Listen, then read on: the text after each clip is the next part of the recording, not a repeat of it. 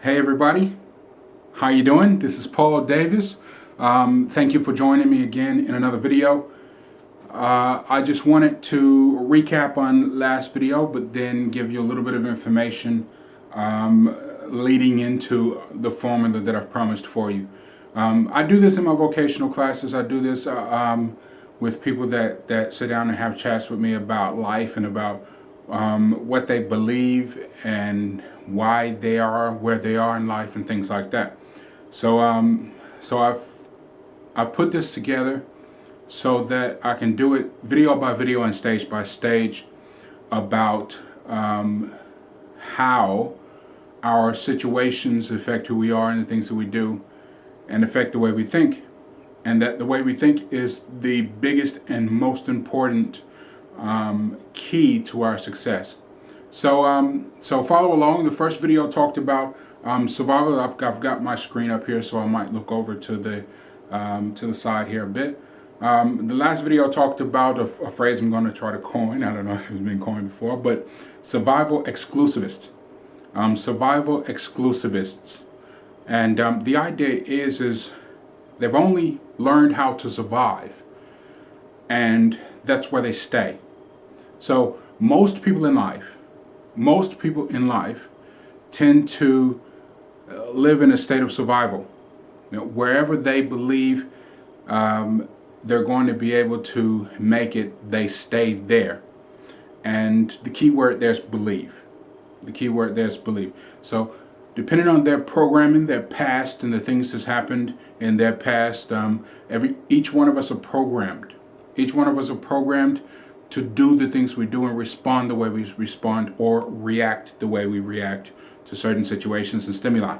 So the idea is, if we're programmed, then don't we have a obligation, or don't we have do we have a choice? Do we have a choice to act outside of our programming? And the answer is no. We don't have a choice to act outside our programming. We don't have a choice to act outside our programming. Whatever we're programmed, that is the way we respond. Why? Because we are beings that tend to focus more on survival, personal and immediate loves and things like that around us, but personal survival than the survival of a species as a whole. So, we tend to focus on ourselves and what we need and why we need what we need.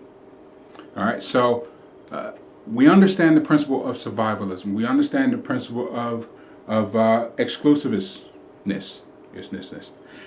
Basically, you have a train of thought, and independent of any other thoughts, that's it. You're in that thought. You are in that mind frame. And a lot of times, most times, people's mind frames, people's behaviors and thoughts can't be changed.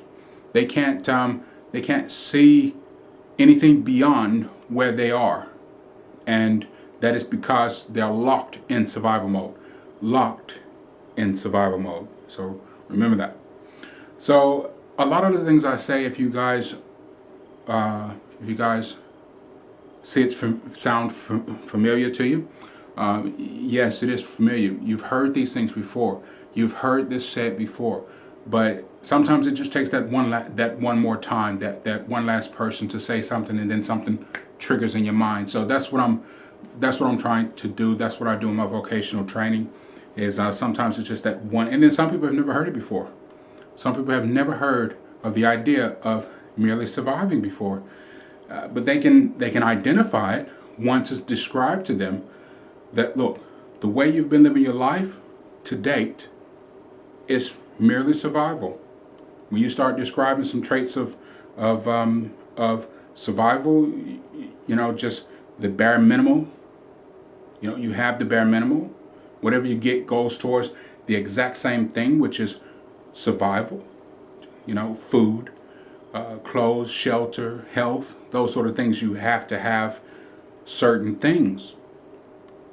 Granted, some people will be like, I don't have to have a lot of food, I don't have to have a lot of clothing, but there's some things like shelter and health. Well, those are crucial. So a lot of people work off the basis of only working for that survival instinct. Now, if we don't have a choice, to go outside of our programming, then why is there a question of why am I talking about it? You know, if it is a natural robotic response, we don't have a choice, then why bring it up? Why do people keep talking about it? Well, you don't have a choice to go outside of your programming. You do have a choice whether or not to reprogram yourself. That's the key. You do have a choice to reprogram yourself. Now, you've heard a lot of motivation stuff. And if you're like me, you seek it out all the time. You know, I'll read off this board. You know, how can people be raised in the same sort of family with the same sort of circumstances and the same sort of environments and end up so dramatically different? You know, they come out so different, have a different mindset, they think differently, they operate differently, things just are different. Well, isn't it remarkable that that can be the case? People that pursue a better life, people that pursue a higher level of success, or have an overwhelming feeling or desire to become more, or to do more, or to have more, or to experience more. You know, those uncommon desires and passions and requirements of life. So much so until we don't have a off switch. It is what it is. The desire is overwhelming, and if we don't do something about it, we go into a restless state. You can basically go mad. You know, this is just my thought. So there are people that stay in survival mode even while having everything that they could ever need. They stay in survival mode. And then there are people who are in I need more mode, or I know there's more out there mode. And they may not have anything. They may be just starting out. They may be just starting. The biggest reason people stay in survival mode is their programming. Their programming. And your programming comes from your environment, the people you hang out with, the things that you choose to engage yourself in. And this is going to be a big portion of the point in the third video. A big portion of the point. All right? So there's something about us that's different. We cannot be satisfied by merely surviving. You know, I can't be satisfied by merely surviving. I don't have that level of understanding. I have to have more. And even if I don't reach that more, I've got to try. I've got to try, and I've got to keep trying. Failure is nothing. Failure is just what it is. It's just a word. So if I fail at something, I get up and I keep trying, because to try, to not move forward, to not go for what I want, that's failure. So as long as I'm trying, whether I succeed at some things and fail at other things, whether I get there in the long run or not, which I will eventually do if I keep trying. Obviously, you know, people say things like, you know, just keep trying, just keep trying, just keep trying, you eventually get it. It's the truth. It's the truth. Keep trying, you'll eventually get it. That's the only way to succeed, is to keep trying. If you don't play the game, you can't win. And if you give up the first time you miss a goal, then you might as well stop playing the game. You might as well not have even started. No one wants a player that starts to play, makes one mistake, and then walk off the field. That's it. You don't see them again. That's why people go through this vigorous, you know, trials of trying to get into these games. It's once the coaches see that these people have mindsets, and people see that they're in the right mental position, then they pick them for certain games. You know, so there's something about survival mode that I can't engage with, that I can't, you know, put myself into. Now, have I been in survival mode before? Yeah, I have. I have. And most of us will say, yes, we have. But can I see myself in survival mode again? Nah, not on your life. And definitely not on my life. So, survival mode is that place where we just do what we have to do, or what we essentially need to do, and nothing more. Nothing more. That is no way to live. That's no way to live. Dr. Benjamin Elijah Mays says, it must be borne in mind that the tragedy of life doesn't lie in not reaching your goal. The tragedy lies in having no goal to reach. Think about that. It isn't a calamity to die with dreams unfulfilled, but it is a calamity not to dream. It's not a disaster to be unable to capture your ideal, but it is a disaster to have no ideal to capture. It is not a disgrace not to reach the stars, but it is a disgrace to have no stars to reach for. So it's basically, one of my favorite speakers say there's three types of people in the world, three kinds of people in the world, three types of people or kinds of people in the world. There are winners, and then there's losers, and then there's people who haven't figured out how to win yet. Now, most of us who are pushing and pushing and pushing are the third group. We haven't figured out how to win yet. Well, I've kind of stepped outside of that third group and become group number one. Because one of the biggest things we have to do is have mentors and people that we follow and people that give us ideas on how to move forward and how to take the next step and where to go. So if you don't know, I do a lot of online work. I speak at my vocational training, but I do a lot of online work as well. And we'll get to that in a moment. I'll tell you guys what that is in a moment. So what dream and what passion keeps you alive? What dream and what passion keeps you alive? And we have to have a reason to work hard. We have to have a reason, a drive, a desire, a passion. So what passion or goal is keeping you alive? Passions and goals in life are the things that keep you alive. And you can think about that. If you work for something, you have hope that that thing can be. And hope is what gets us out of depressive states. Hope is what makes us drive harder.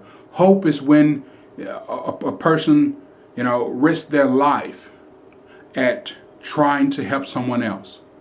Hope is the reason why people get out of their beds and go to work and do, and then come home and then go to work and do again, and then come home and go to work and do again. Whether it be a lower level understanding of hope or a whole big vision of the future, it is still hope. Whether it is only hope that I can pay my bills, or hope that I will reach the thing that will make me most happy in life. Hope. So hope is what makes us get up and try. Hope is why we exercise and move and do and try to stay alive. Hope is why we do anything. Now, what is the reason that you have for working so hard? What is the reason you have for working so hard? Where does your fight come from? That's it. So where does your fight come from? Because let me tell you something. If you don't know this, if you're old enough, you would know this. If you're a little bit younger, you might find it hard to grasp this, but you might be getting a taste of it. Now, life, in general, does not care whether you succeed or fail. Life's gonna push you and pull you and throw you down and knock you around and flip-flop you and do you wrong and do you right. It only cares about itself continuing. Doesn't care about you one way or the other, whether you fall or whether you get up, whether you try, whether you don't try. So with that being said, is fight. Where does your fight come from? Where does your hope come from? What is that thing that keeps you going? So because life will hit very hard and it's consistent. You know, it's consistent. No matter how good you're doing, at some point you are going to go, oh man, I can't believe this is going on. Or I can't believe this is happening. Or wow, this is really taking a toll on me, or whatever. So where does your fight come from? Now, fight comes from the story that is playing in your head. I'm going to give you the answer. Fight comes from the story that is playing in your head. Again, you've heard this before. You've heard this in different contexts. You've heard this in different ways. And one of my favorite speakers put it more eloquently than I could ever think of. Fight comes from the story that is playing in your head. So what movie are you playing about yourself? Because in my vocational class, I have everybody to write a title of a book. I know it sounds very, third graders, but you write a title of a book. And that title of the book is the book of your life up to date. What would it be titled? What would it be titled? Up to this day, what would the title of your book be? So all the things that you've done up to now. Now, your fight or your drive or the amount of push you have comes from the vision of what you want, that hope and that desire in your mind that you're playing over and over and over in your head. That's where your fight comes from. See, when I get knocked down by life, I have to get up. I got no choice. And it's not because I don't like to lay down. It's not because when life knocked me down, I'm any stronger or any more powerful. It's the fact that I don't care what strength or what power I have within me, I must get up. I see no other option. I'm blind to it by choice, reprogramming myself so that when I fall down, when I fail, when things go wrong, I get my butt up and keep moving and keep going. So where does your fight come from? Focus on your mind in order to reprogram yourself. You see, a lot of people it's good to focus on your body. It's good to focus on health. It's good to focus on being pretty and having nice clothes and hairstyles and all that kind of stuff. But success doesn't come from the way you look. I've known plenty of people who have gone for jobs. And yes, the idea is dress casually, dress nice, present yourself nicely on the outside, and have gotten jobs and they look horrible. I mean, by their own standards, I had nothing else to wear. But I went in there knowing I wanted this job, I can do this job, I got this job, and I let them know this is the idea. So, being a vocational trainer, you see all sorts of people, you work with all sorts of people, you talk to all sorts of people, and like my favorite speaker puts it, it's a quote from another philosopher or another person, but still, look at a man in the way that he is, and the image of him only becomes worse. Look at a man in the way that he should be, he could be, and then the image of that man becomes what it should be. So, that's the way I look at all my classes, the way that they could be, the possibility of who they are.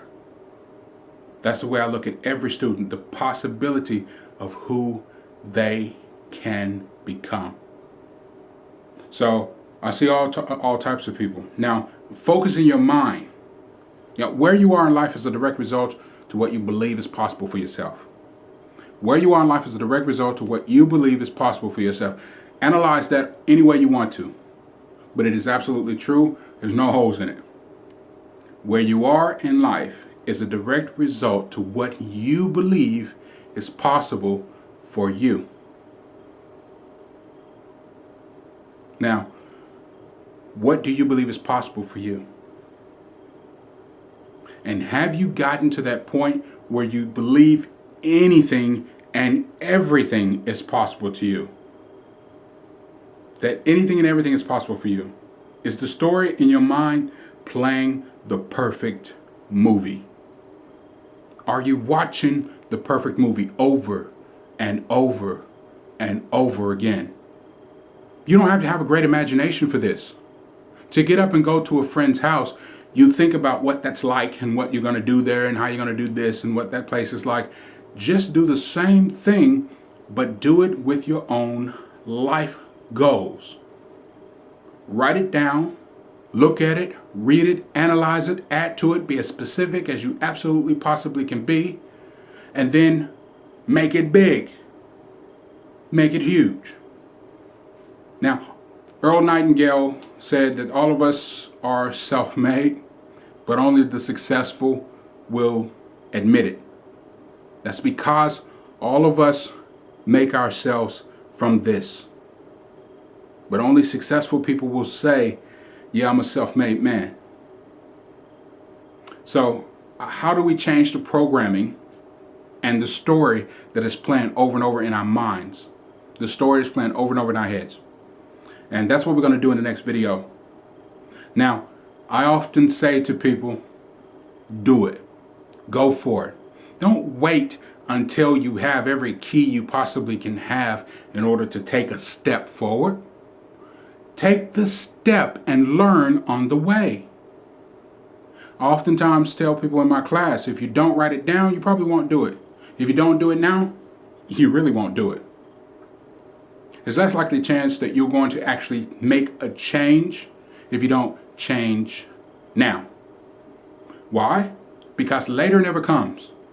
And you know a lot of things in your life where later just doesn't come. So make the change now. Einstein said we cannot solve our problems with the same thinking we used to create them. That's a quote. And I'm not sure if that's from Einstein, but it is quoted by Einstein or attributed to Einstein's, one of his quotes. So we cannot solve our problems with the same thinking we used to create them. So that's pretty straightforward. So are you that person that has something they want out of life? Do you want to move forward? If so, if you're ready to change your thinking, if you're one of those people that's ready to change your thinking, watch the next video. Watch the next one. It's going to be named something about a formula. So watch the next formula video. There are going to be some small ones in between, but watch the next video. It's going to be named something about formula. All right. So again, I'm Paul Davis. If you're on my blog, then check out the link above or the link to the side, whichever side it is, one of those sides. But check out the links, and you can even tell me what you think. Check out the links and comment. Let me know. So anyway, thank you once again. My name is Paul Davis, and this is another video for Think Grow. Have a good day.